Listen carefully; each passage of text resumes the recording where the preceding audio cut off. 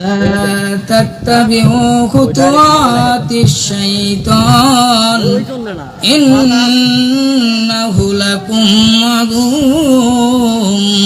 مبين قال النبي صلى الله تعالى عليه وسلم كل أمة يدخلون الجنة إلا من أبى সম্মানিত সভাপতি, সম্মানিত ভাই পরিচালক, উপস্থিত উলামায়ে কেরাম, সর্বপ্রথম মহান রব্বুল আলামিনের দরবারে শুকরিয়া আদায় করছি। আলহামদুলিল্লাহ, হাজার হাজার লাখ কোটি দরুদ ও সালাম করছি সারা বিশ্বের অগণিত মানুষদের মুক্তির দূতের প্রতি সাল্লাল্লাহু আলাইহি সাল্লাম। প্রিয় দিনী ভাইয়েরা, পবিত্র কালাম থেকে সূরা আল বাকারার 208 নম্বর আয়াত এবং ছোট্ট একটি তিরমিজি শরীফের হাদিস আপনাদের সামনে তেলাওয়াত করেছি। হয়তো আলোচনা সম্পূর্ণ করা সম্ভব হবে না, অনেক উলামায়ে কেরাম এখানে উপস্থিত। সংক্ষিপ্তভাবে দুই একটি কথা এখান থেকে বলেই শেষ করব ইনশাআল্লাহ। আমার আল্লাহ রাব্বুল আলামিন বলেন, ইয়া আইয়ুহাল্লাযীনা আমানু দুখুলু ফি সিলমি কাফা, হে ঈমানদাররা, তোমরা পরিপূর্ণ রূপে ইসলামের মধ্যে প্রবেশ করো। একজন মানুষ ইসলামের মধ্যে প্রবেশ না করলে ঈমানদার হওয়া যায় না। আল্লাহ রাব্বুল আলামিন আবার ওই ঈমানদারদেরকে ডাক দিয়ে বললেন, তোমার ঈমান আনা হয় নাই, পরিপূর্ণ রূপে ইসলামের মধ্যে ঢোকো। জোরে সোরে বলুন আল্লাহু আকবার।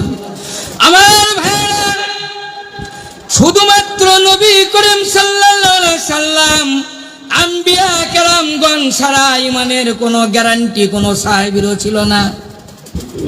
কোন মানুষের ঈমানের গ্যারান্টি নাই। ঈমানের গ্যারান্টি একমাত্র নবীদের ছিল, আম্বিয়া কেরামদের ছিল। এই জন্য ঈমান এত বড় মূল্যবান জিনিস। আমাদের সমাজে যেগুলি মূল্যবান জিনিস সেইগুলি আমরা গোপনে রাখি। আমাদের মায়েরাও স্বর্ণ রূপ অলংকার গোপনে রাখে। আমরা যখন কুরবানির হাটে গরু কেনার জন্য যাই, 1000 টাকার নোট নিয়ে যাই এক বান্ডিল, তখন পকেটের উপরে রাখি না, পকেটের নিচে রাখি যত্ন সহকারে। দামি স্যান্ডেল পর্যন্ত কোন মানুষ যদি নিয়ে যায় মসজিদে নামাজ পড়ার জন্য, ওই স্যান্ডেল পর্যন্ত বাহিরে রাখে না চুরি হওয়ার ভয়ে। ঈমানের চাইতেও অত্যন্ত গুরুত্বপূর্ণ জিনিস বিধায় এই ঈমানের যত্ন করতে হবে। এবং এই জন্যই আল্লাহ বললেন, তোমরা অর্ধেক নয় পরিপূর্ণ রূপে ইসলামের মধ্যে প্রবেশ করো। আমার ভাইয়েরা, অনেক সাহাবীরাও ছিলেন ঈমান আনার পর তারা দুনিয়া থেকে বেঈমান হয়ে বিদায় নিয়েছেন। এর মধ্যে অনেক সাহাবীর ইতিহাস আমি ছোট্ট জীবনে পড়েছি। আমার ভাইরা, আব্দুল্লাহ বিন উবাই ইবনে সুলুল এত বড় মাপের সাহাবী ছিলেন। আল্লাহ রাসূলের পিছনে বা জামাত নামাজ আদায় করতেন। দ্বীনের প্রচারের কাজে মাঝে মাঝে অংশগ্রহণ করতেন, কিন্তু ঈমান নিয়ে মৃত্যুবরণ করতে পারে নাই। ঈমান হারা হয়ে মৃত্যুবরণ করলেন। এমনি অনেক সাহাবীরা রয়েছেন যারা ঈমান নিয়ে মৃত্যুবরণ করতে পারে নাই। আমাদের বাংলাদেশ নয়, উপমহাদেশের মধ্যে অনেক আলেম থাকার পরও সর্বপ্রথম কালামে হাকিমের পূর্ণাঙ্গ ব্যাখ্যা করেছিলেন গিরিশচন্দ্র সেন। ঈমান আনার জন্য নয়, উনি কোরআনের তামাম ব্যাখ্যা করেছিলেন শুধু জানার জন্য, ঈমানের জন্য নয়। এই জন্য গিরিশচন্দ্র সেন মৃত্যুবরণ করার পর দুনিয়ায় একটি জায়গাও তার জানাজা হয় নাই। আমরা সবাই জানি মাদার তেরেসা নামে একজন মহিলা ছিলেন। ওই মহিলাটাও ভারতের জন্ম নেওয়ার পরও উনি ইংল্যান্ডের ন্যাশনালিটি পেয়েছিলেন। ওনাকে ইতিমদের জননী বলা হতো, এই কারণে হাজার হাজার ইতিম লালন পালন করতেন। আমার রাসূল বলেছেন, কোন মানুষ যদি ইতিমকে লালন পালন করে, ইতিমের মাথায় হাত বুলায়, আমি আল্লাহ রাসূল আর সে একই সঙ্গে জান্নাতের মধ্যে বসবাস করব। বলেন সুবহানাল্লাহ। এই মাদার তৃষা এত আমল করার পরও ঈমান না থাকার কারণে মাদার তৃষা দুনিয়া থেকে বিদায় যখন নিলেন, তখন একটা জানাজাও হয় নাই, মুসলমানদের কবরে তাকে দাফন করা হয় নাই। এই জন্য আসুন, ঈমান হলো অত্যন্ত মূল্যবান জিনিস। ঈমান ছাড়া 4 পয়সার দাম নাই।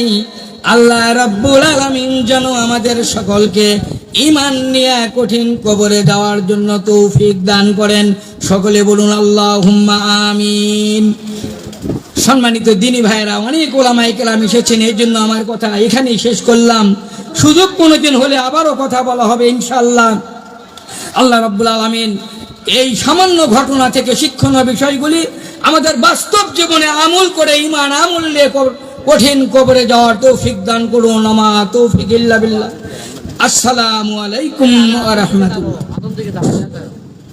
আলহামদুলিল্লাহ, মাশাআল্লাহ। ঈমান নিয়ে চমৎকার কথা বলেছেন আমাদের প্রিয় ভাই আলহাজ মাওলানা শাহ আলম সরকার ভাই।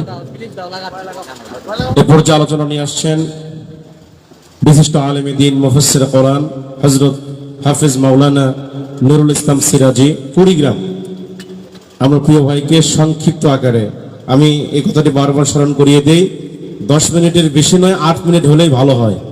তো সময়ের দিকে লক্ষ্য রেখে আলোচনা, যেহেতু ওলামায়ে কেরাম অনেক এসেছেন, শুধু শুভেচ্ছা বক্তব্যে ছোট্ট আলোচনা করবেন। আমি প্রিয় ভাইকে আলোচনা করার জন্য অনুরোধ করছি। আসসালামু আলাইকুম ওয়া রাহমাতুল্লাহি ওয়া বারাকাতুহু। আপনারা সবাই কেমন আছেন ভাই?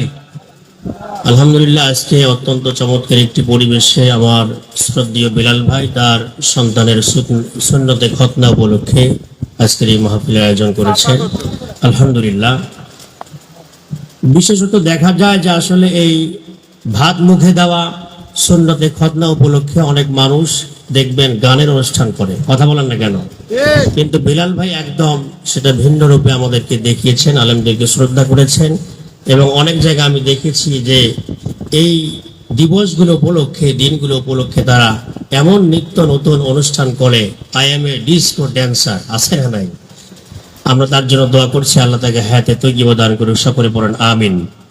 আপনাদের সামনে ছোট্ট একটি আয়াতে কারিমা তেলাওয়াত করে তার অনুবাদ করে আমি বিদায় নেব ইনশাআল্লাহ। আল্লাহ রাব্বুল আলামিন বলেন, আল্লাযীনা আমানু ওয়া হাজারু ওয়া জাহাদু ফি সাবিলিল্লাহ বিআমওয়ালিহিম ওয়া আনফুসিহিম আ'যামু দারাজাতান ইনদাল্লাহ ওয়া উলাইকা হুমুল ফাইজুন। আল্লাহু আকবার। আল্লাহ রাব্বুল আলামিন বলছেন, যারা ঈমান এনেছেন এবং যারা হিজরত করেছেন, ওয়া জাহাদু ফি সাবিলিল্লাহ, এবং আল্লাহর রাস্তায় যারা জিহাদ করেছে, বিআমওয়ালিহিম ওয়া আনফুসিহিম, নিজেদের জান এবং মাল দ্বারা, আ'যামু দারাজাতান ইনদাল্লাহ, আল্লাহর কাছে এই সমস্ত মানুষগুলো সম্মানিত। সুবহানাল্লাহ বলেন। শুধু সম্মানিত এতটুকুই শেষ নয়, ওয়া উলাইকা হুমুল ফাইজুন, এরাই হলো সফল কাম। সুবহানাল্লাহ বলেন। আল্লাহ পাক বলছেন, তোমরা হিজরত করো দিন কায়েমের জন্য, ইসলামের জন্য, কোরআনের জন্য। তোমরা যদি হিজরত করার প্রয়োজন হয় হিজরত করো। এরপর আল্লাহ পাক বলছেন, তোমরা জিহাদ করো তোমাদের জান এবং মাল দ্বারা। আমার ভাইয়েরা, যেহেতু এই জান এবং মাল আল্লাহ রাব্বুল আলামিন আমাদেরকে দিয়েছেন শুধু আমানত হিসেবে, যেখানে ইচ্ছা সেখানে আমরা খরচ করতে পারবো না। এমন কোন মিটিং এ যাওয়া যাবে না, মিছিলে যাওয়া যাবে না, সমাবেশে যাওয়া যাবে না যেই মিছিল মিটিং এ আল্লাহ নারাজ হয়ে যায়। এমন কোন মিটিং মিছিলে আল্লাহ রাব্বুল আলামিন যেতে নিষেধ করেছেন। কারণ এই জান এবং মালের মালিক একমাত্র, চিৎকার মেরে বলেন তিনি কে? আল্লাহ রাব্বুল আলামিন বলছেন, দুনিয়ার মানুষেরা শুনে রাখো, কিভাবে তোমরা সংগ্রাম করবে আমার পথে। আমার ভাইরা, নিশ্চয় আপনারা জেনেছেন ইতিমধ্যেই কিন্তু যুদ্ধ শুরু হয়েছে। ভারত পাকিস্তান, দেখেননি আপনারা ভিডিও ফুটেজ? ভারত এবং পাকিস্তানের যুদ্ধ শুরু হয়ে গিয়েছে, কিন্তু আল্লাহর হাবিব সাল্লাল্লাহু আলাইহি ওয়াসাল্লাম আজ থেকে ১৫০০ বছর পূর্বেই তিনি ভবিষ্যৎবাণী দিয়েছেন। চমৎকার করে তিনি একটি হাদিস দিয়েছেন, সুনানে আবু নাসাই শরীফের একটা হাদিস, ৩১৭৫ নম্বর হাদিস। আল্লাহ রাসূল সাল্লাল্লাহু আলাইহি ওয়াসাল্লাম বলেছেন, ইসাবাতানি মিন উম্মতি আহরাজাহুমুল্লাহু মিনান নার, ইসাবাতাতুন তাগুরুল হিন, ইসাবাতুন তাগুরুল হিন ওয়া ইসাবাতুন তাকুনা মা ঈসা ইবনে মারইয়াম আলাইহিস সালাম। আল্লাহর হাবিব সাল্লাল্লাহু আলাইহি ওয়াসাল্লাম বলেছেন, আমার উম্মতের মধ্যে দুটি দল থাকবে, এই দুইটি দল আল্লাহ রাব্বুল আলামিন তাদেরকে মাফ করে জাহান্নাম থেকে মুক্তি দিবেন। সুবহানাল্লাহ। এক নম্বর হলো, আল্লাহ রাসূল বলেছেন, শেষ সময়ে শেষ জামানায় এমন একটি যুদ্ধ হবে, যে যুদ্ধের কথা বলেছেন গাজওয়াতুল হিন্দ। কিসের যুদ্ধ? হিন্দুস্তানের সঙ্গে মুসলিমদের একটি যুদ্ধ শুরু হয়ে যাবে। আমার ভাইরা অলরেডি শুরু হয়ে গিয়েছে। এই যুদ্ধে কোনো মুসলিমদের পক্ষে কোনো মুসলমান যদি অংশগ্রহণ করে, হিন্দুস্তানের পক্ষে যদি লড়াই করতে পারে, বিপক্ষে যদি লড়াই করতে পারে, আল্লাহ রসুল বললেন এই দলটা আল্লাহর জাহান্নাম থেকে মুক্তি পাবে। সুবহানাল্লাহ। দ্বিতীয় নম্বর দল হলো, যখন দাজ্জাল আগমন করবেন, ঈসা আলাইহিস সালাম এবং ইমাম মাহদী আলাইহিস সালাম তাদের সঙ্গে যখন যুদ্ধ শুরু হয়ে যাবে, হযরত ঈসা পয়গম্বরের সঙ্গে যেই দলটি যুক্ত হয়ে তাদের পক্ষ নিয়ে জিহাদ করবেন, এই পক্ষের মানুষটি আল্লাহর জান্নাতি হয়ে যাবেন। সুবহানাল্লাহ। আমার ভাইরা, এই জন্য কোন মানুষদের চক্ষু রাঙ্গানিকে আমরা ভয় পাই না। আমরা গত 16টি বছর দেখেছি অনেক মধ্যে মুজাহিদদেরকে ঘরে থাকতে দেয় নাই, দেশ থেকে দেশান্তরিত করেছে, তারপরেও মাথা নত করে নাই, তারা মাথা উঁচু করে জীবন দিয়েছে। কথা বলেন, কথা ঠিক কিনা? আমরা দেখেছি এই যে জুলাইয়ের গণ অভ্যুত্থানে ছাত্র আন্দোলন যখন শুরু হয়েছে, এমনকি স্বৈরাচারী হাসিনা সরকার শেষ পর্যন্ত বাংলাদেশ জামাত ইসলামকে নিষিদ্ধ করলো, কয়েকদিন পরে দেশ থেকে পালাতে বাধ্য হয়ে গেল। শুধু তাই নয়, গত রাত্রে আপনারা ভিডিও ফুটেজ দেখেছেন, আলহামদুলিল্লাহ এই আওয়ামী লীগ সরকারের সমস্ত কার্যক্রম নিষিদ্ধ করা হয়েছে। আমরা আলহামদুলিল্লাহ বলি। শুধু এতটুকুই শেষ নয়, বিশাল বড় একটা বিজয় মিছিলের আমরা অপেক্ষা করছি। এই কার্যক্রম বন্ধ করায় শুধু ক্ষান্ত হব না, এই দলটিকে পুরাদমে নিষিদ্ধ করে তাদের বিচার বাংলার জমিনে হবে। আমার সাথে কারা কারা একমত দুহাত তুলে আমার আল্লাহকে দেখায়া দেন। লিল্লাহে তাকবীর, লিল্লাহে তাকবীর। আমার ভাইরা, যতটুকু আলোচনা হয়েছে আপনারা আমল করার চেষ্টা করবেন। ওয়া তাওফীক ইল্লা বিল্লাহ। আসসালামু আলাইকুম ওয়া রাহমাতুল্লাহ। মাশাআল্লাহ, মারহাবা। অত্যন্ত চমৎকার আলোচনা করেছেন আমাদের প্রিয় ভাই হযরত মাওলানা নুরুল ইসলাম সিরাজি। এ পর্যায়ে আলোচনা নিয়ে আসছেন বিশিষ্ট ইসলামী চিন্তাবিদ মুফাসসির কোরআন আমাদের প্রিয় ভাই মাওলানা উকিল উদ্দিন ভাই দুপচাচিয়া। আমি প্রিয় ভাইকে সংক্ষেপে কোরআন সুন্নাহ থেকে কিছু আলোচনা করার জন্য সবিনয় অনুরোধ করছি।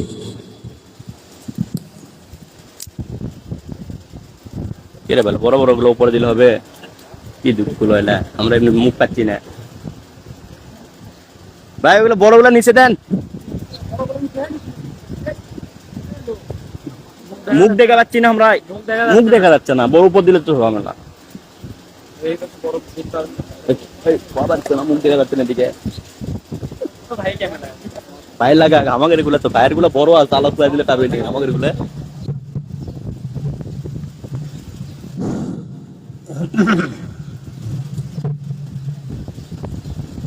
আসসালামু আলাইকুম ওয়া রাহমাতুল্লাহি ওয়া বারাকাতুহু। আপনারা কেমন আছেন? আলহামদুলিল্লাহ। ভালো থাকারই কথা, কি বলেন? এমন একটা অনুষ্ঠান যেখানে হয়, অবশ্য সকলে ভালো থাকারই কথা। যদিও আলিম ওলামাদের আজকে সম্মেলন ধরতে গেলে বেলাল ভাই আমাদের জন্য একটা আয়োজন করেছেন। আসলে আয়োজন এইরকম নয়, এই আয়োজনটা আমাদের দেশে পরিবর্তন হয়ে হয়, কিন্তু এই ভাই আমাদের জন্য পরিবর্তন করেছেন। জোরে সরে বলেন আল্লাহু আকবার। আসলে খাতনাই সুন্নাহ একটা সুন্নাত তরিকা, এইটাকে আমরা নষ্ট করেছি। গান বাজনা, আমার আগের ভাই বললেন যে এটা আসলে গান বাজনা দিয়ে মানুষ পাড়ি দিত, কিন্তু আসলে কি এটা গান বাজনার অনুষ্ঠান? একটা সুন্নাত পালন করবে আর সেটা গান বাজনা দিয়ে, ডিস্কো দিয়ে, মেয়ে নিয়ে সে নাচায়া মানুষকে সমাজে বিতর্কিত করতে চায়। সেটার চাইতে এটা ভালো না? কি বলেন? আসুন আলোচনায় আসি। আউযু বিল্লাহি মিনাশ শাইতানির রাজীম। বিসমিল্লাহির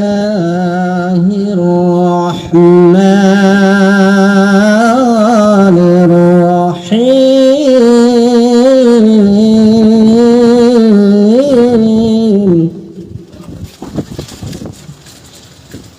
ইয়াওমা তুকাল্লাবু উজুহুহুম ফিন্নার ইয়াকুলুনা ইয়া লাইতানা আতানা وأطعنا الرسول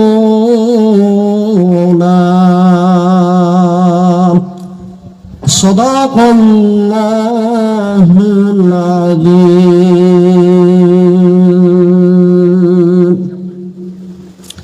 আলহামদুলিল্লাহ, আল্লাহ পাকের অনেক বড় নিয়ামত যে আজকে আমি সামান্য নগণ্য একজন ব্যক্তি, আমার সঙ্গে যারা বসে আছেন অনেক বড় বড় ওলামায়ে কেরাম, যারা দেশ বিদেশ, এমনকি বাংলাদেশের টেকনাফ থেকে তেতুলিয়া, রূপসা থেকে পাতুরিয়া, একটা জায়গায় এক ইঞ্চি জায়গাতে তারা পৌঁছে কোরআনের দাওয়াত দিয়েছেন। বলেন সুবহানাল্লাহ। তাদেরকে পাশে বসে রেখে কথা বলা এত সহজ নয়। তো আল্লাহ তাআলা সুযোগ করে দিয়েছেন কিছু কথা বলার জন্য। আল্লাহ তাআলা যদি তৌফিক দেয় তবেই বলতে পারবো, তাছাড়া বলা সম্ভব নয়। আসুন, যদিও সময় কম, দুই এক কথা বলবো। আমরা নিকটের লোক, যারা দূর থেকে এসেছে তাদের কথাই আমরা শুনবো আজকে। কি বলেন? আল্লাহ পাক রব্বুল আলামিন ঘোষণা করে দিলেন সূরা হাজাবের ৬৬ নম্বর আয়াত, ইয়াউমা তুকাল্লাবু উজুহুহুম ফিন্নার। যেদিন তাদের চেহারাকে আগুনের মধ্যে ফেলে উলট পালট করা হবে। এই উলট পালট কাদেরকে করা হবে?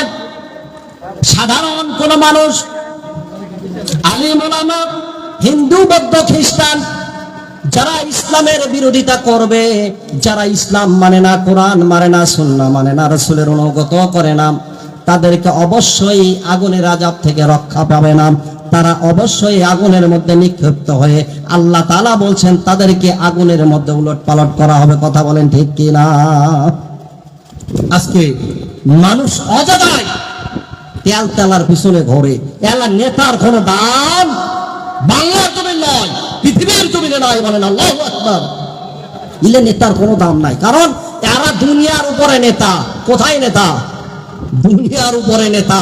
এদের নেতৃত্ব মৃত্যুর পরে চলবে না, ক্ষমতার দৌড় মৃত্যু পর্যন্ত, আর আপনার পরিবারের দৌড় কবর পর্যন্ত, আমলের দৌড় জান্নাত পর্যন্ত। বলেন সুবহানাল্লাহ। আপনি আমল করবেন, আল্লাহ তাআলা আপনাকে জান্নাতে পৌঁছায়া দিবে। আসুন আলোচনায় আসি। ইয়াকুলুনা ইয়া লাইতানা আতা'না আল্লাহ ওয়া আতা'না আর-রাসূল।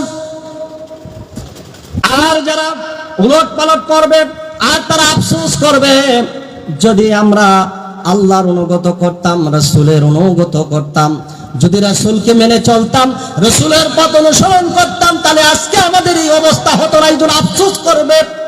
কিন্তু দুনিয়াতে যখন তাদেরকে বলা হয়, তখন তারা সাইড কেটে চলে যায়, অর্থাৎ তেল মারার পিছে চলে যায়। হাফ কেজি জিলাপির আফসোস ছাড়তে পারে না, 50 টাকার লোভ সামলাতে পারে না। এই 50 টাকার জন্য নিজের ইমানকে বিক্রয় করে দেয়। কথা বলেন ঠিক কিনা? 50 টাকার জন্য মুসলমান ইমান বিক্রি করতে ভয় পায় না। চিন্তা করে দুনিয়ার উপরে যা করব, মৃত্যুর পরে যা হয় হবে। আরে এইটা তো সেই সময় ফেরাউন, নমরুদ, হামান তারাও করেছে। মৃত্যুর পরে যা হয় হবে।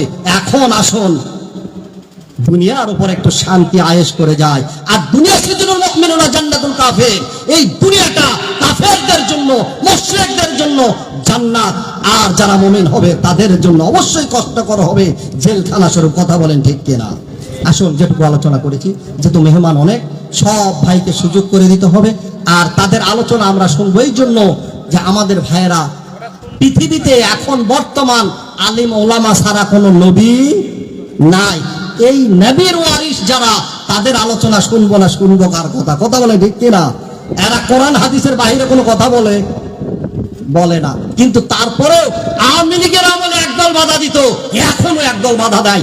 এরা মুসলমান নাকি? কথা বলেন। নাস্তিক, নাস্তিক, এরা নাস্তিক।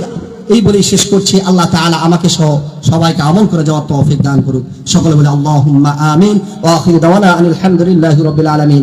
আসসালামু আলাইকুম ওয়া রাহমাতুল্লাহি ওয়া বারাকাতুহু। মাশাআল্লাহ, মারহাবা। অত্যন্ত সুন্দর আলোচনা করেছেন আমাদের প্রিয় ভাই মাওলানা উকিল উদ্দিন দুপচাচিয়া। এ পর্যায়ে আলেম ওলামা আমাদের আসতেছে, দাওয়াতি মেহমানগুলো উপস্থিত হয়েছে।